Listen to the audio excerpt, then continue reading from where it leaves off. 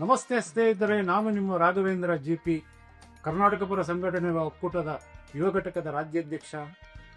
ವಿಷಯ ಏನಂತಂದರೆ, ಇದೇ ತಿಂಗಳು ಏಪ್ರಿಲ್ 30ರಂದು ಬೆಳಗಿನ 6 ಗಂಟೆ ಶೋ ನಮ್ಮ KD ಚಿತ್ರ ಆಕ್ಷನ್ ಪ್ರಿನ್ಸ್ ಧ್ರುವ ಸರ್ಜಾ ಅವರ ನಟನೆ ಹಾಗೂ ಪ್ರೇಮ್ಸ್ ನಿರ್ದೇಶನದ KD ಚಿತ್ರವು ತೆರೆಗೆ ಬಂದು ಅಪ್ಪಳಿಸಲಿದೆ.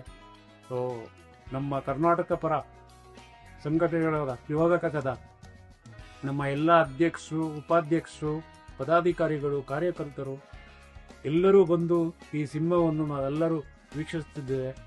ಸೊ ಏನಂತಂದರೆ, ನಮ್ಮ ನಾಡಿನ ಹೆಮ್ಮೆಯ ಚಿತ್ರ, ಈ ಥರ ಚಿತ್ರಗಳು ನಮ್ಮ ಕನ್ನಡ ಚಿತ್ರರಂಗದಲ್ಲಿ ಈ ಥರ ಚಿತ್ರಗಳು ಬರಬೇಕು, ನಮಗೆ ಹೆಮ್ಮೆ ಆಗುತ್ತೆ. ಬರೀ ಟ್ರೈಲರ್ ನೋಡೋದನ್ನೇ ಸಿನಿಮಾ ಭಾಳ ಖುಷಿಯಾಗುತ್ತೆ, ಇವಾಗ ಸಿನಿಮಾ ನೋಡಬೇಕು ಅಂತ ಅನ್ನಿಸ್ತಿದೆ.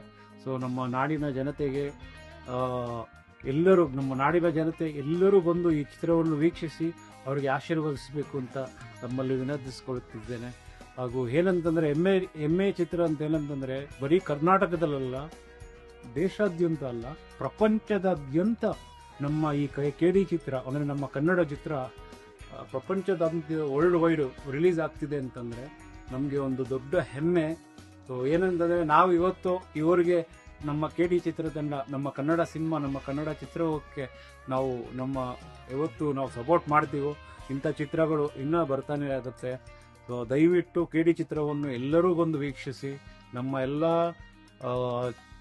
ಎಲ್ಲ ತಾಲೂಕು, ಜಿಲ್ಲೆ, ರಾಜ್ಯಾದ್ಯಂತ ನಮ್ಮ ಎಲ್ಲ ಸಂಘಟನೆ, ಯುವ ಘಟಕದ ಎಲ್ಲ ಅಧ್ಯಕ್ಷರು, ಪದಾಧಿಕಾರಿಗಳು, ಉಪಾಧ್ಯಕ್ಷರು, ಕಾರ್ಯಕರ್ತರು ನಾವೆಲ್ಲರೂ ಸಿನಿಮಾವನ್ನು ವೀಕ್ಷಿಸುತ್ತಿದ್ದೇವೆ. ಇದೇ ಏಪ್ರಿಲ್ 30 ಬೆಳಗ್ಗೆ 6 ಗಂಟೆ ಶೋಗೆ.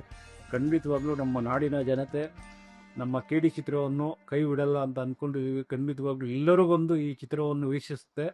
ದಯವಿಟ್ಟು ಬಂದು ಈ ಸಿನಿಮಾವನ್ನು ನೋಡಿ ಆಶೀರ್ವದಿಸಿ. ನಮಸ್ತೆ.